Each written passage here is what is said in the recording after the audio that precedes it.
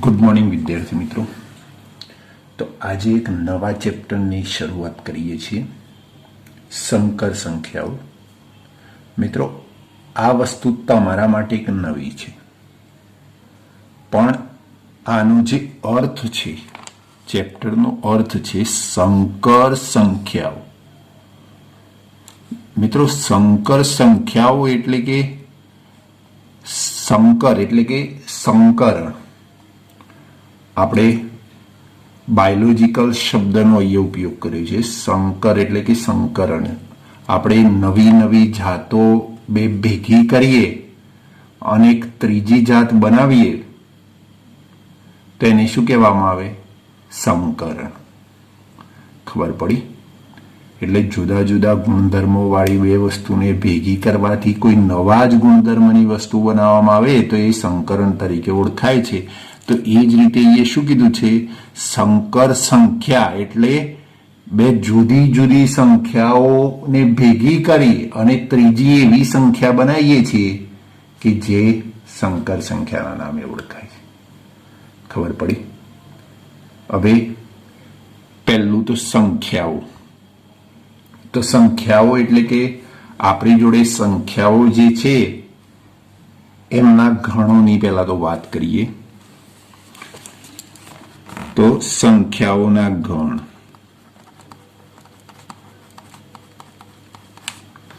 चलो, तो सौथी पहलो गण छे प्राकृतिक संख्याओं।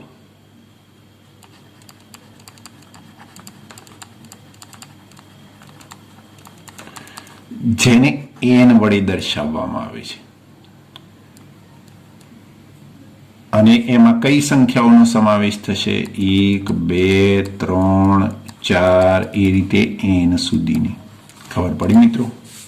तो सौथी पहला कई संख्याओं आई? प्राकृतिक संख्याओं। हवे प्राकृतिक संख्याओं में एक जीरो उमेरी दीधुं एटले 0 1 2 3 4। तो आ संख्याओं ने कहेवामां आवे छे पूर्ण संख्याओं, जेने डबल्यू वडे दर्शावाय। मित्रों, आ खास उपयोगी है हो। संख्याओनो गण याद राखवानो छे। आ वस्तु तमे आगळ तो भणी ज गया छो धोरण 8 9 मां, पण 11 12 मां आनुं घणुं महत्व छे। कया गणमां केवी संख्याओ आवे छे आपणे याद राखवानी छे। तो एन मां 1 થી n संख्याओ आवशे, डबल्यू मां 0 થી n संख्याओ आवशे। हवे आ 0 पछी एमां ऋण संख्याओ जो एड करी दईए। ऋण संख्याओ एटले -3 -2 -1 0 1 2 3 એટલે કે ઋણ પણ ધન પણ અને 0 પણ બધી કેવી પૂર્ણાંક સંખ્યાઓ। ધન ઋણ 0 બધી પૂર્ણાંક સંખ્યાઓના ગણને શું કહેવાય? પૂર્ણાંક સંખ્યાઓ, જેને z વડે દર્શાવવામાં આવે છે। कम्प्लीट।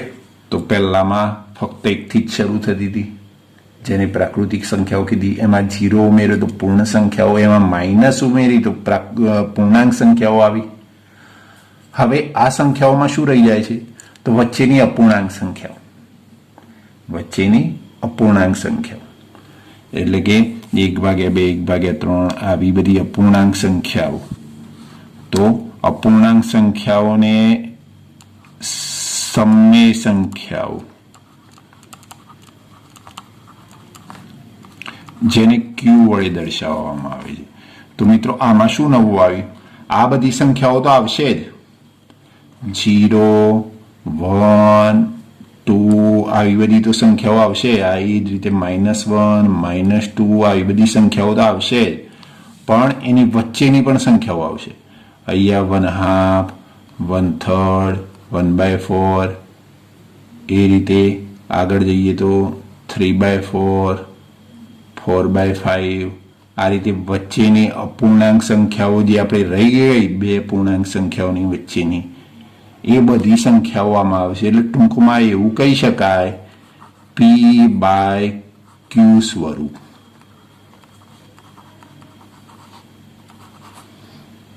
p/q સ્વરૂપ વાળી, જેને સમમેય સંખ્યાઓ કહેવામાં આવે. કમ્પ્લીટ.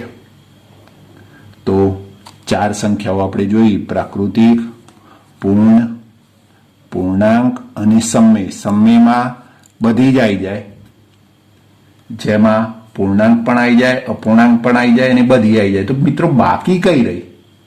અસમમેય સંખ્યાઓ.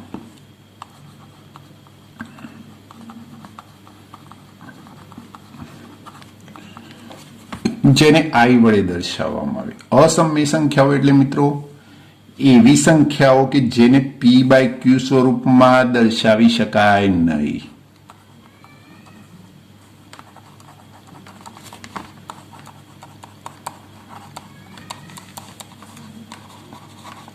કમ્પ્લીટ. તો જે સંખ્યાઓને p/q સ્વરૂપમાં દર્શાવી શકાય નહીં એને અસમમેય સંખ્યાઓ કહેવામાં આવે છે. હવે અસમમેય સંખ્યાઓ એટલે કેવી? √2, √3, √5, પાય, આ બધી સંખ્યાઓ. તો મિત્રો આ બધી સંખ્યાઓને કેમ p/q સ્વરૂપમાં નથી દર્શાવી શકાતી? તો જ્યારે તમે આનો પોઈન્ટ વાળી સંખ્યાઓમાં લખો, એટલે કે કોઈ સંખ્યા આવી હોય 2.31, 24, 45, 49, 28 કે જેના બધા જ પોઈન્ટ પછીના આંકડા જુદા હોય, એક આંકડા પછી કયો આંકડો આવે છે ખબર ના હોય, તો આ અસમમેય કહેવાય. એટલે કે બધા આંકડા કેવા છે? અનાવૃત. કોઈ એકને એક આંકડો રિપીટ થતો નથી. પણ કોઈ આવી સંખ્યાઓ હોય 5.31, 24, 25, 31, 24, 25, 31, 24, 25 આ ટાઈપની સંખ્યા હોય, જેમાં 31, 24, 25, 31, 24, 25, 31, 24, 25 રિપીટ જ થતા હોય, તો આ સંખ્યાઓ સમમેય કહેવાય. એટલે કે આને જો તમારે ફરીથી p/q સ્વરૂપમાં ફેરવવી હોય તો ફેરવી શકાય, જ્યારે આને તમારે ફરીથી p/q સ્વરૂપમાં ફેરવવી હોય તો ફેરવી શકાશે નહીં. તો જેને પોઈન્ટ પછી અનાવૃત આવે એ અસમમેય છે અને પોઈન્ટ પછી આવૃત આવે એ સમમેય છે. કમ્પ્લીટ. તો ક્યુમાં બધી જ સંખ્યાઓ આવી જતી, પણ અમુક એવી સંખ્યાઓ હતી √2, √3, √5, પાય કે જેમાં પોઈન્ટ પછીની સંખ્યાઓ અનાવૃત રહેતી હતી, કે જેને p/q સ્વરૂપમાં નહોતા લખી શકતા. એવી સંખ્યાઓને આપણે શું કહેશું? અસમમેય સંખ્યાઓ. કમ્પ્લીટ મિત્રો. અને આ ઉપરવાળી બધી જ સંખ્યાઓ લખી એ બધીનો સમાવેશ કરતી સંખ્યાને વાસ્તવિક સંખ્યા કહેવાય, જેને r.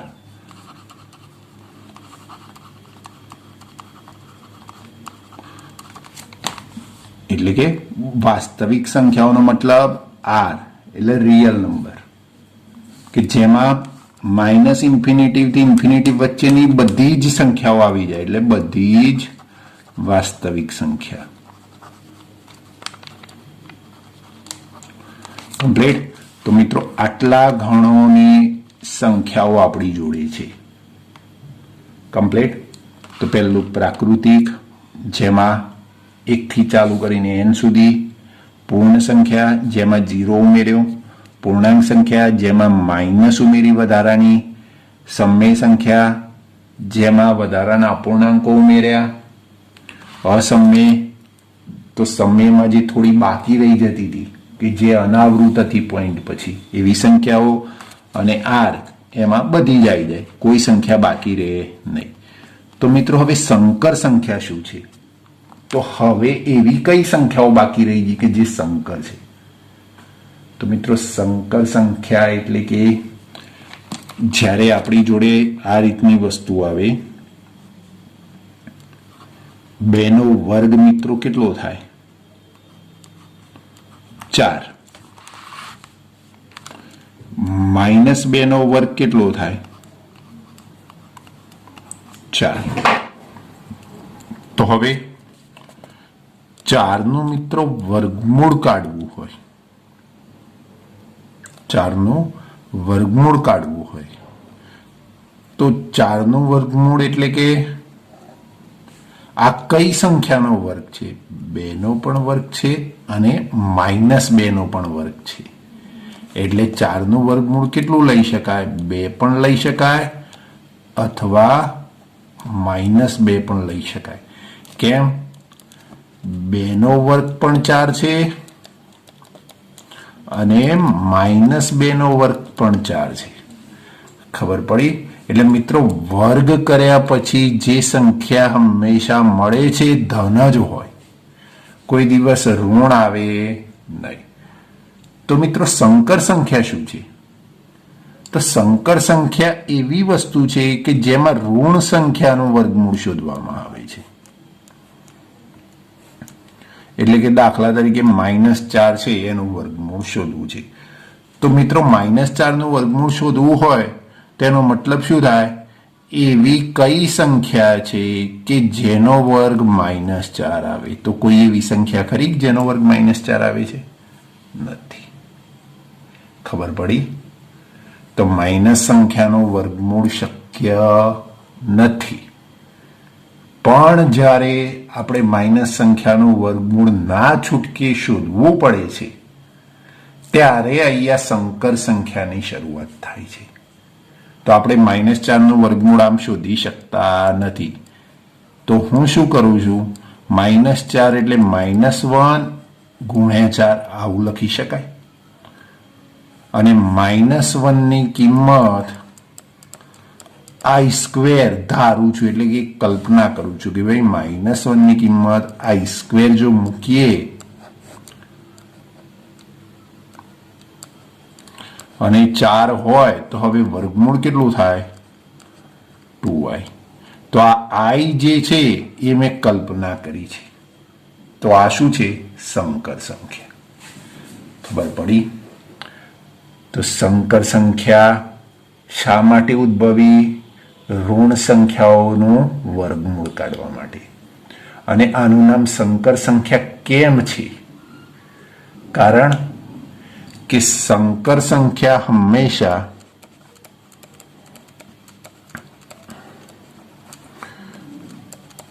a + ib સ્વરૂપમાં જ હોય. એટલે કે 2 + 3i, 2 - 3i, 1 + 2i આ રીતે હોય. એટલે કે આ એક સંકર છે અને આ એક વાસ્તવિક સંખ્યા છે. તો આ એક વાસ્તવિક અને એક આ કાલ્પનિક. આ i આપણે કલ્પના કરી હતી. આ બંનેના મિશ્રણથી જે બને છે એને શું કહેવાય? સંકર સંખ્યા. કમ્પ્લીટ? તો આ જે a + ib જે છે એને શું કહેવાય? સંકર સંખ્યા. જેમાં a છે એમાં કોઈ કાલ્પનિક ભાગ નથી, પણ આ જે ib છે એમાં b વાળો જે આખો ભાગ છે ib એ કાલ્પનિક ભાગ કહી શકાય. તો આ આખી સંખ્યાને તમે શું કહેશો? સંકર સંખ્યા. કમ્પ્લીટ મિત્રો? સંકર સંખ્યામાં તમે શું યાદ રાખશો? એક તો i² = -1 યાદ રાખવાનું છે. આ a છે એક વાસ્તવિક ભાગ છે, એટલે રિયલ પાર્ટ ઓફ z. આ જે આખી સંકર સંખ્યા z છે એમાં a છે એ રિયલ ભાગ છે, જ્યારે b છે એ ઇમેજનરી ભાગ છે, એટલે કાલ્પનિક ભાગ છે. અહીંયા 2 + 3i છે એમાં રિયલ પાર્ટ કેટલો છે? 2, જ્યારે ઇમેજનરી પાર્ટ કેટલો છે? 3. ખબર પડી? અહીંયા રિયલ પાર્ટ કેટલો છે? 2, ઇમેજનરી પાર્ટ કેટલો? -3. આ બંને ભેગી થઈ અને શું બને? સંકર સંખ્યા. મિત્રો, સંકર સંખ્યાઓના જો સરવાળા બાદબાકી કરવા હોય તો વાસ્તવિક ભાગોના સરવાળા અલગ થશે અને કાલ્પનિક ભાગોના સરવાળા અલગ થશે. કમ્પ્લીટ? એટલે દાખલા તરીકે 2 + 3i કરવું હોય અને 1 + 4i કરવું હોય, આ બે સંખ્યાઓનો જો સરવાળો કરવો હોય તો રિયલ ભાગ છે એમનો અલગ સરવાળો 3 અને કાલ્પનિક ભાગ એટલે કે ઇમેજનરી પાર્ટ છે એ બંનેનો સરવાળો અલગ 8 થાય. કમ્પ્લીટ? જો આ બંનેનો ગુણાકાર કરવો હોય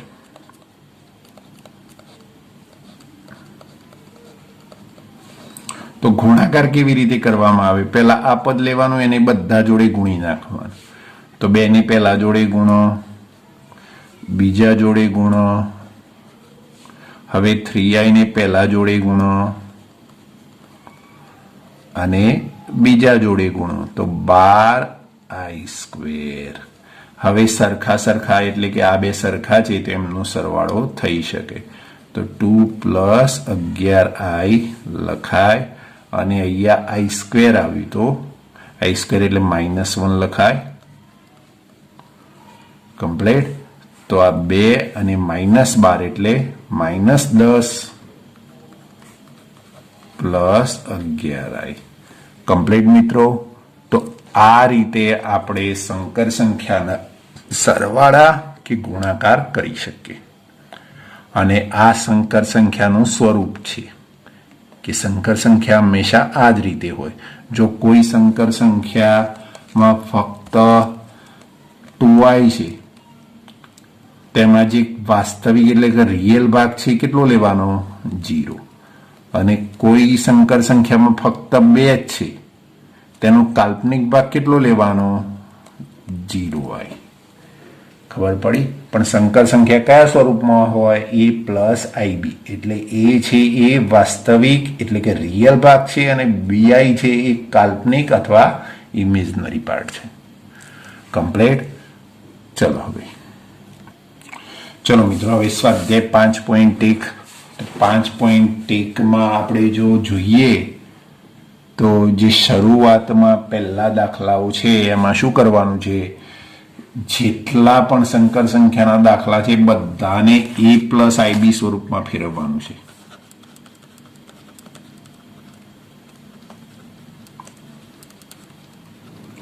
ચલો, a + ib સ્વરૂપમાં ફેરવવું છે. તો મિત્રો અહીંયા તમને શું આપ્યું છે સંકર સંખ્યામાં? તો પહેલા તો z બરાબર મેં ધારી લીધું. તો શું આપ્યું છે? 5i × -3/5i. કમ્પ્લીટ. તો મિત્રો આ બંને ગુણાકારમાં આપેલા છે. તો 5 5 તો ઉડી જાય. તો કેટલા? આ બધું ગુણાકારમાં જાય તો કેટલા વધે? -3i². હવે મિત્રો i² એટલે પણ -1 થાય. તો -3 -1. તો -3 × -1 એટલે કેટલા થાય? +3. અને એની જોડે i વાળું પદ નથી તો એને 0i કહેવાય. તો આ સંકર સંખ્યા મળી ગઈ. હવે આનો જો રિયલ પાર્ટ ઓફ z લખવાનું કીધું હોય તો કેટલો લખાય? 3. જ્યારે ઇમેજનરી પાર્ટ ઓફ z લખવાનું કહે તો કેટલું લખાય? 0. કમ્પ્લીટ. ચલો, હવે એના પછી આગળનો દાખલો. i ની 9 ઘાત છે અને i ની 19 ઘાત છે. તો મિત્રો આપણે જાણીએ છીએ i² એટલે કેટલા થાય? -1. તે વસ્તુનો ઉપયોગ કરી અને દાખલો ગણીશું. તો સૌથી પહેલા z બરાબર ધારી લઈએ.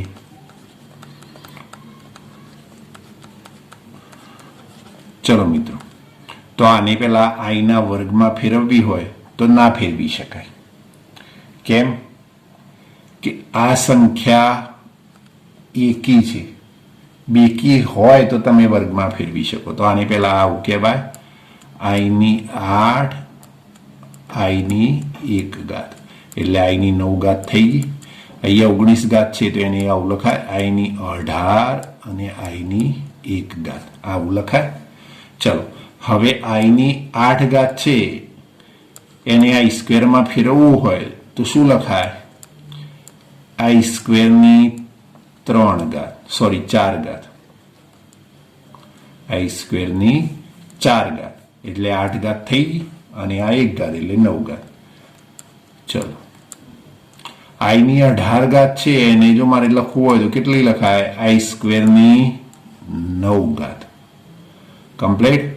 ચલો, હવે i² એટલે આપણે જાણીએ છીએ પ્રમાણે -1 થાય. એટલે અહીંયા કેટલા થશે? -1 ની 4 ઘાત. અને અહીંયા કેટલા થશે? -1 ની 9 ઘાત. -1 ની બેકી ઘાત એટલે +1. -1 ની એકી ઘાત એટલે -1. તો i - i કેટલા થાય? 0. અને હવે i વાળું પદ આવ્યું તો 0i. બોલો હવે રિયલ પાર્ટ અને ઇમેજનરી પાર્ટ આના માટે લખવો હોય તો રિયલ પાર્ટ ઓફ ઝેડ તો 0, ઇમેજનરી પાર્ટ ઓફ ઝેડ તો પણ 0. કમ્પ્લીટ. ચલો એના પછી એક્ઝામ્પલ 3 મિત્રો. તો એક્ઝામ્પલ 3માં પણ પહેલા ધારી લઈએ. ધારો કે ઝેડ બરાબર આઈની -39, એને આઈ સ્ક્વેરમાં ફેરવવા માટે પહેલા 2 કી ઘાત કરવી પડે. તો આઈની -39 છે તો કેટલા કરાય? -38 ઇન્ટુ આઈની -1 ઘાત. કમ્પ્લીટ. તો આઈની -38 અને -1 એટલે -39 થઈ ગઈ. હવે મિત્રો -38 છે તો એને શું લખાય? આઈ સ્ક્વેરની -19 ઘાત, એટલે આ બંનેનો ગુણાકાર -38 થઈ ગયો. અને આઈની -1 ઘાત છે તેને 1/i લખવું હોય તો પણ લખાય. બોલો મિત્રો આઈ સ્ક્વેર એટલે કેટલા થયા? -1 થયા. તો -1 ની કેટલી થાય? -19 ઘાત, અને નીચે આઈ છે. અને -1 ની -19 ઘાત છે એ નીચે આવે તો પ્લસ થઈ જાય. સોરી, નીચે આવે તો આ રીતે લખાય -1 ની 19 ઘાત. કમ્પ્લીટ. આ -19 હતી, નીચે લખી તો +19 ઘાત. હવે -1 ની એકી ઘાત આવી તો આગળ માઇનસ ચિહ્ન હજાવવાનું, એટલે કેટલા લખાય? -1/i લખાશે. હવે મિત્રો z બરાબર -1/i આવ્યું તો ઉપર નીચે i વડે જો ગુણીએ તો શું થશે? નીચે આઈ સ્ક્વેર થાય અને ઉપર -i થાય. તો આ આઈ સ્ક્વેર એટલે કેટલા? -1 થાય. અને આ બીજું માઇનસ છે તો -i, અને નીચે કેટલા આવ્યા? -1. તો આ -1 તો z બરાબર i આવ્યા. હવે અહીંયા રિયલ પાર્ટ નથી તો 0 મૂકી શકાય. તો રિયલ પાર્ટ ઓફ ઝેડ 0 આવ્યો અને ઇમેજનરી પાર્ટ ઓફ ઝેડ 1 આવ્યો. કમ્પ્લીટ. ચલો મિત્રો હવે ચોથો એક્ઝામ્પલ. તો ચોથા એક્ઝામ્પલમાં શું કરશું? આ બંનેના સરવાળા બાદબાકી કરવાનો છે. તો પહેલા તો ધારો કે ઝેડ બરાબર 3 7 + 7i અને 7 + 7i. કમ્પ્લીટ. હવે મિત્રો આ 3 ની અંદર જવા દો તો 21 i. આ i ની અંદર જવા દો 7i અને 7i સ્ક્વેર. ચલો મિત્રો હવે આઈ સ્ક્વેર એટલે -1 થાય એટલે આ કેટલા થશે? -7. તો 21 - 7 અને આ બંનેનો સરવાળો તો કેટલા થશે? 28i. તો આ બંનેની બાદબાકી 14 + 28i. બોલો રિયલ પાર્ટ ઓફ ઝેડ 14 અને આઈ જોડે છે એને કહેવાય imaginary part of Z 28. Complete. ચલો મિત્રો હવે આ જ રીતે એક્ઝામ્પલ 5. તો એમાં પણ a + ib સ્વરૂપ ફેરવવું હોય તો પહેલા ધારો કે z બરાબર 1 - i અને -1 + 6i. ચલો તો 1 - i આ માઇનસ અંદર જાય તો મિત્રો +1 - 6i. ચલો 1 1 કેટલા થશે? 2 અને -i કેટલા થશે? -7i. કમ્પ્લીટ. તો આ a + ib સ્વરૂપ થઈ ગયું. તો રિયલ પાર્ટ ઓફ ઝેડ કેટલા થયા? 2. ઇમેજનરી પાર્ટ ઓફ ઝેડ કેટલા થયા? -7. બોલો કમ્પ્લીટ. ચલો છઠ્ઠું. તો છઠ્ઠા દાખલામાં પણ પેલા ધારો કે z બરાબર 1/5 2/5 -4 -5/2i. ચલો સરખાના સરવાળા થાય બાદબાકી થાય તો આઈ વગરનાના પહેલા તો બાદબાકી કરીએ તો 1/5 માઇનસ 4. આઈ વાળાનો કરીએ તો 2/5i માઇનસ 5/2i. ચલો અહીંયા લસા લઈ લઈએ તો કેટલા થશે? -20 અને અહીંયા 1 એટલે -19/5. ચલો અહીંયા મિત્રો આઈ તો કોમન જ કાઢી લઈએ. આઈ કોમન કાઢ્યા પછી આ 2 અહીંયા આવે તો 4, આ 5 અહીંયા જાય તો 25 અને નીચે આવે 10. ચલો તો કેટલા થશે?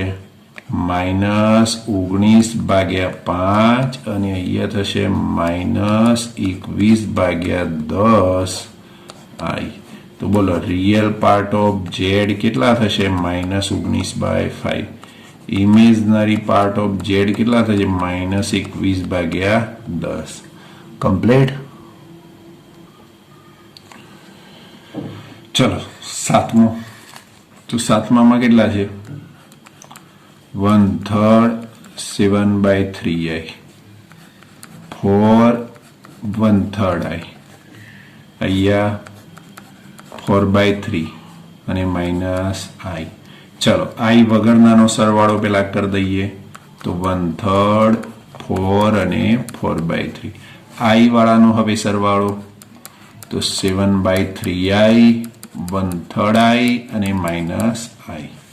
ચલો તો આ ત્રણમાં લસા લઈ લઈએ. 3 1 12 અને 4.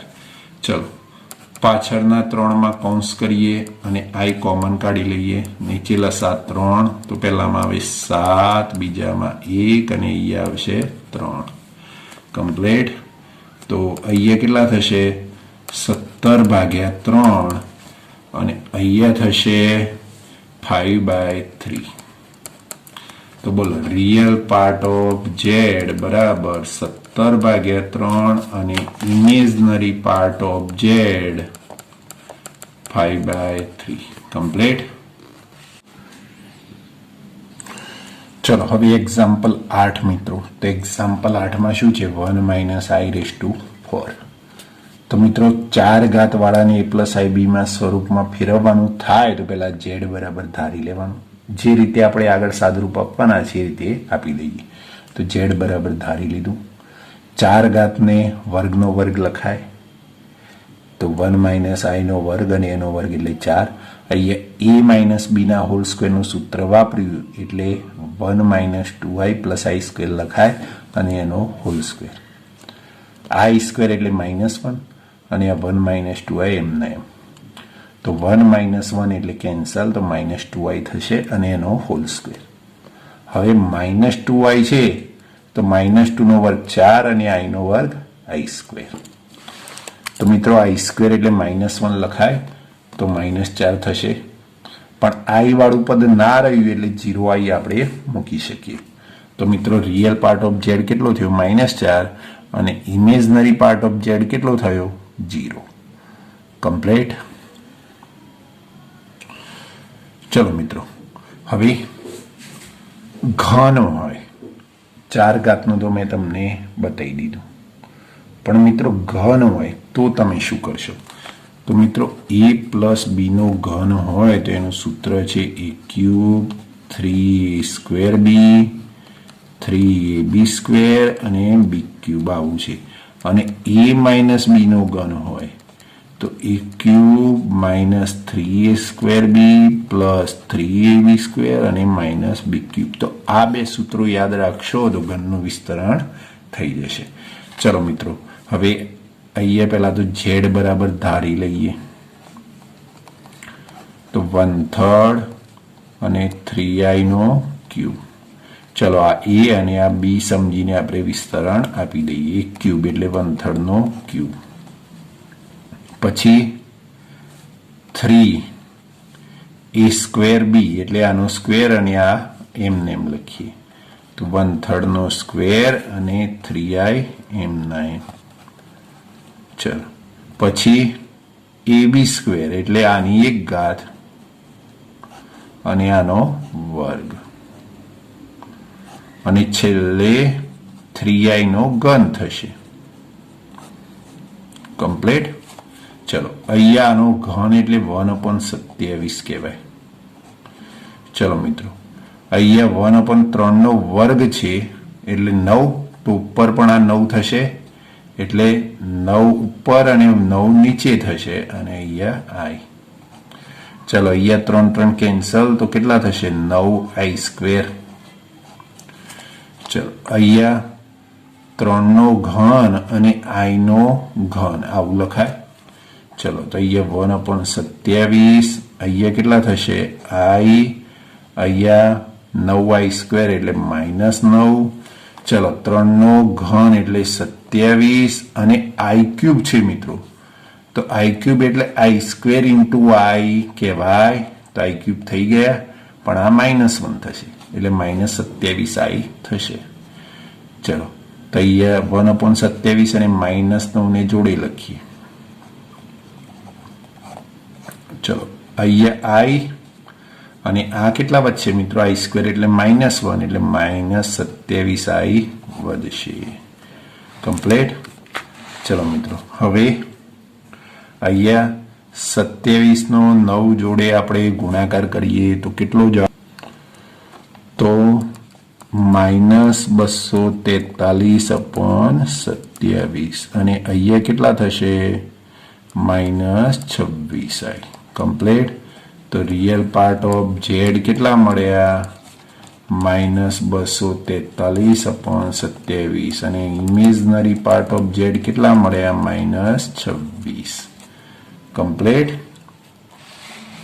ચલો મિત્રો 10મો દાખલો એ જ રીતનો છે. તો પહેલા તો ધારો કે ઝેડ બરાબર -2 -1/3 i. માઇનસ કોમન કાઢીએ તો -1 3 ઘાત નીકળે, તો અંદર કેટલા થાય 2/1/3 બંને પ્લસ થઈ ગયા. તો હવે -1 નો ઘન છે તો એકી ઘાત છે એટલે માઇનસ ચિહ્ન આગળ રહેશે અને 2 + 1/3 i ની 3 ઘાત રહેશે. હવે મિત્રો આને a+ib સ્વરૂપમાં ફેરવી શકાય. તો અહીંયાથી આ દાખલો હું તમને SW આપું છું મિત્રો. કમ્પ્લીટ. મિત્રો આ દાખલાઓની પ્રેક્ટિસ કરી લેજો, કારણ કે આ બેઝિક દાખલાઓ છે. જો આવા દાખલાઓ આવડી જશે તો આગળ કોઈ પ્રોબ્લેમ થશે